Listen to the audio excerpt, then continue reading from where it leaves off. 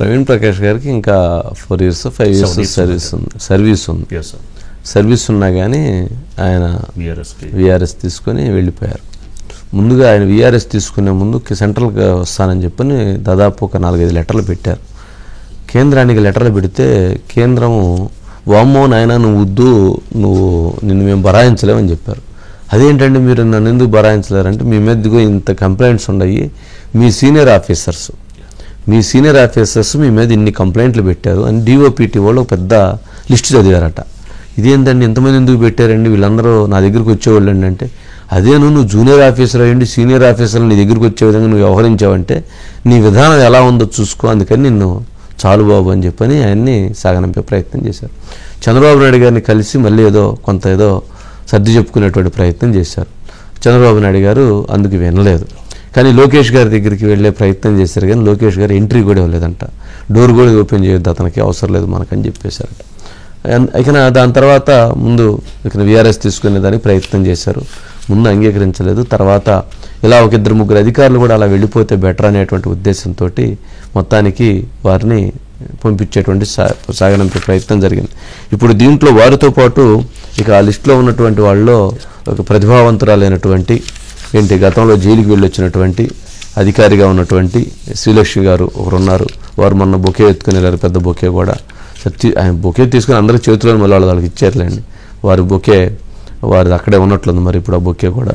మరి ఆ శ్రీలక్ష్మి గారు ఉన్నారు, వారితో పాటు రజత్ భార్గవ్ గారు ఉన్నారు. గోపాలకృష్ణ ద్వివేది గారికి పడినట్టు పడింది, అది టుప్పుకుని ఊడిపోయింది పాపం. అది జనం ఒప్పుకోవట్లా, పార్టీకి అటు ఒప్పుకోవట్లా. ఎలా ఇస్తారండి వీళ్ళందరికీ, ఎలా చేస్తారని చెప్పని సోషల్ మీడియాలో విపరీతంగా దాని మీద తీవ్ర స్థాయిలో ఇది చేస్తున్న పరిస్థితి. ఇక మురళీధర్ రెడ్డి ఉన్నారు, ముత్యాల రాజు, వివేక్ యాదవ్, ఇక లీవ్లో ఎస్ఎస్ రావత్ తెలిపోయి ఉన్నారు. ఇలా ఒక లిస్టు ఉన్నటువంటి పరిస్థితి.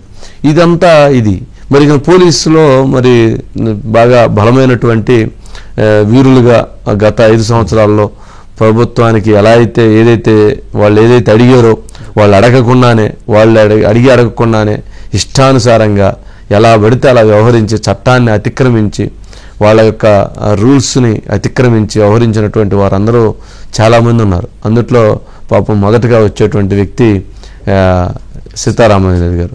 ఆయన చూసిరండి అంటే నేను కాల్చి వచ్చాను సార్, మీరు నాకేం బెల్ట్లు పెడతారని చెప్పని అడిగినటువంటి వ్యక్తిగా ఆయన ఉన్నారు. మరి సంజయ్, మరి ఆయన రామచంద్ర గారి విషయంలో కావచ్చు లేకపోతే ఇతర విషయంలో కావచ్చు అత్యంత క్రూరంగా వ్యవహరించారనేటువంటి అభియోగాలు ఆయన మీద ఉన్నాయి. రఘురామరెడ్డి గారు పోయి చంద్రబాబు నాయుడు గారిని అరెస్ట్ చేసి నేను అరెస్ట్ చేశానని చెప్పుకున్నటువంటి నోటీసు లేకుండా ఉన్నటువంటి వ్యక్తిగా ఆయన ఉన్నారు.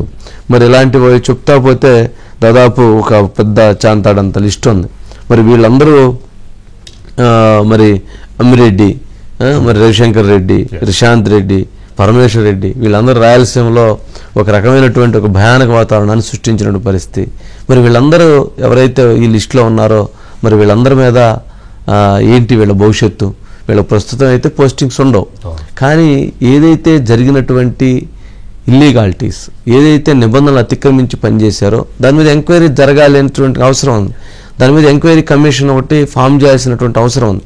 ఎంక్వైరీ కమిటీ ఫార్మేషన్ చేస్తే దాని ప్రకారంగా ముందుకు వెళ్ళేటువంటి అవకాశం ఏర్పడుతుంది. నేను ఇవాళ ఉదయం ఏదో చూశాను, ఒక ఆఫీసరు ఎవరైతే ఆయన పేరు senior IPS officer Jaganmohan Reddy గారి హయాంలో పోస్టింగ్ కోసం పోతే నేను చెప్పినట్టుగా కేసులు పెట్టి నేను చెప్పినట్టుగా లోపలేస్తావా, నువ్వు లోపలేసే పనికైతే నీకు పోస్టింగ్ ఇస్తానని చెప్పారట.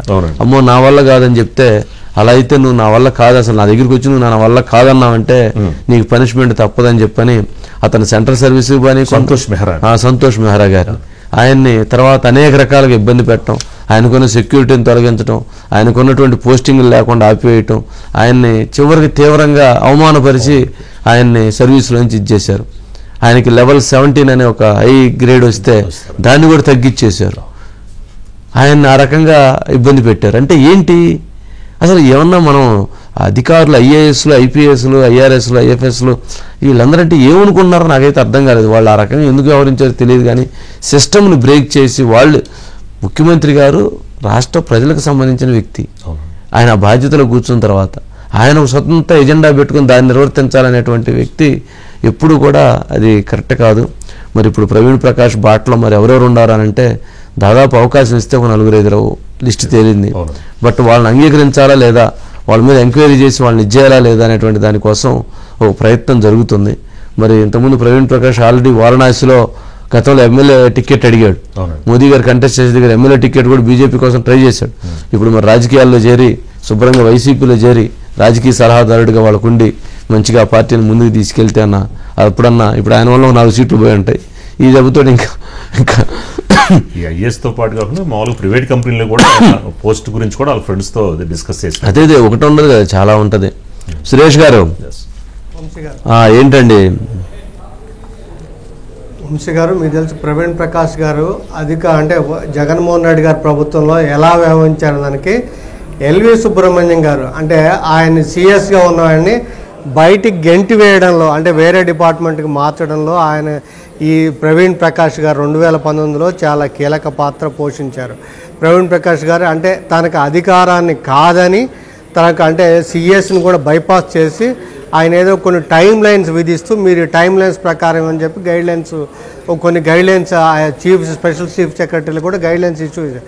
కానీ ఒక ప్రిన్సిపల్ సెక్రటరీగా ఉండి అలా అధికారాలు ఆర్డర్ జారీ చేయడం చట్టవిరుద్ధం అని చెప్పి షోకాజ్ నోటీస్ జారీ చేయగానే దాని మీద అప్పుడు సీఎం గారు జగన్ గారికి ఆగ్రహం వచ్చి ఎల్వి సుబ్రహ్మణ్యం గారిని బయటికి నెట్టేశారు. ఎల్వి సుబ్రహ్మణ్యం గారు చాలా ఏ విధంగా చెప్పారో మనకు తెలుసు.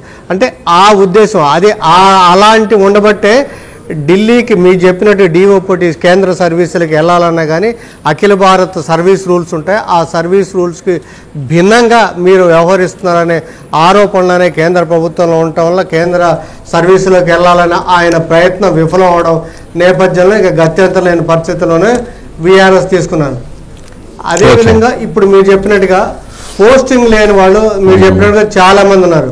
ఇప్పుడు వాళ్ళ మీద కూడా అభియోగాలు ఏంటి? రూల్స్కి అనుగుణంగా వ్యవహరించకుండా అధికార పార్టీ చెప్పినట్టుగా రూల్స్ విరుద్ధ బైపాస్ చేసి వ్యవహరించారు. మీరు చెప్పినట్టుగా ఐపీఎస్ కాకుండా డెప్యుటేషన్ మీద వచ్చిన వాళ్ళు ఉన్నారు వంశీ గారు. సో వాళ్ళు వాసుదేవరెడ్డి గారు మనకి ఆయన మీద ఆల్రెడీ మీకు తెలుసు అక్కడ మన 2 కేసులు నమోదయ్యాయి. సో ఆయన లిక్కర్ వ్యవహారం ఎలా చేశారు. తర్వాత వెంకటరెడ్డి గారు విజి వెంకటరెడ్డి గారు డిప్యూటేషన్ మీద సరే వీళ్ళందరూ మీద కేసులు పెడుతున్నారు, ఓకే ఎంక్వైరీ అంటున్నారు.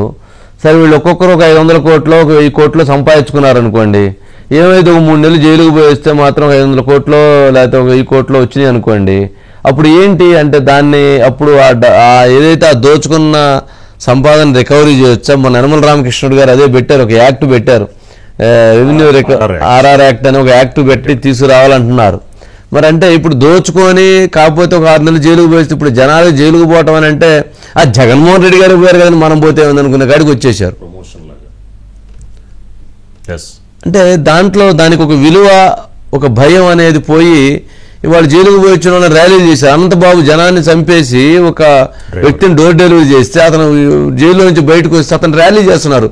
ప్రజలకి ఏమన్నా మైండ్ పోయిందా? ప్రజలకి ఏమన్నా మూర్ఖత్వం వచ్చిందా? అక్కడ ఎవరైతే ఆ ప్రోగ్రామ్కి వెళ్ళారో లీడర్ కరెక్టే, మీ లీడర్షిప్ ఉంటే చేసుకోవచ్చు. కానీ అతను ఒక హత్య చేసి ఆ హత్యలో భాగస్వామి అతను జైలుకి వెళ్ళాడు. అతను బయటకు వస్తే అతన్ని దండలేసి ఊరేగించే ప్రయత్నం చేస్తున్నారు. అంటే ఏంటి అసలు ఇది? ఏం సమాజం ఏం చెప్తున్నట్లు? ఆరోపణ వేరు, అతని మీద నిర్ధారించబడింది. ఏం సురేష్ గారు? వంశీ గారు, ఇందులో మీరు చెప్పిన దాంట్లో అసలు డెప్యుటేషన్ మీద రావడం ఏంటండి? అంటే వాళ్ళకి రావడం డెప్యుటేషన్ మీద రావడమే ఆయనకి ఏం చెప్తే అది చేయడానికని. సో ఆ అడ్డగొలుగు చేశారు కాబట్టి ఎలాంటి చర్యలు తీసుకున్నా ఈ అన్ని వీళ్ళ ప్రతి ఒక్కరి మీద కూడా మీరు తెలుసు ఇన్ఫర్మేషన్ డిపార్ట్మెంట్లో ఆ యాడ్స్ కానీ ప్రభుత్వ పరంగా ఇవ్వాల్సిన నిబంధనలకు విరుద్ధంగా యాడ్స్ ఇవ్వడం, దానికి అధికార పత్రిక అది అలాంటి రుజువు అయింది అనుకోండి. ఎలాంటి మన యనమల రామకృష్ణ గారు చెప్పినట్టుగా రెవెన్యూ రికవరీ యాక్ట్ పెట్టాలి. అదేవిధంగా ఇసుక దోపిడీ అయితే ఏ స్థాయిలో విజి వెంకటరెడ్డి గారు ఆయనకి అసలు హద్దే లేదు. సుప్రీంకోర్టు కూడా చెప్పింది, మనకి ఎన్జిటి చెప్పారు, అన్నీ చెప్పారు. కింద స్థాయిలో ఎవ్రీథింగ్ ఓకే. వంశీ గారు ఇందులో ఒక ఆందోళన ఏంటంటే సర్ ఆర్థర్ కాటన్ హిందూలో ఒక న్యూస్ ఐటమ్ వచ్చింది, పురంధరేశ్వరి గారు ఆరోపిస్తే వచ్చింది. సర్ ఆర్థర్ కాటన్ బ్యారేజ్ కూడా ప్రమాదం వచ్చే పరిస్థితి విధంగా ఇసుక దోయారంట.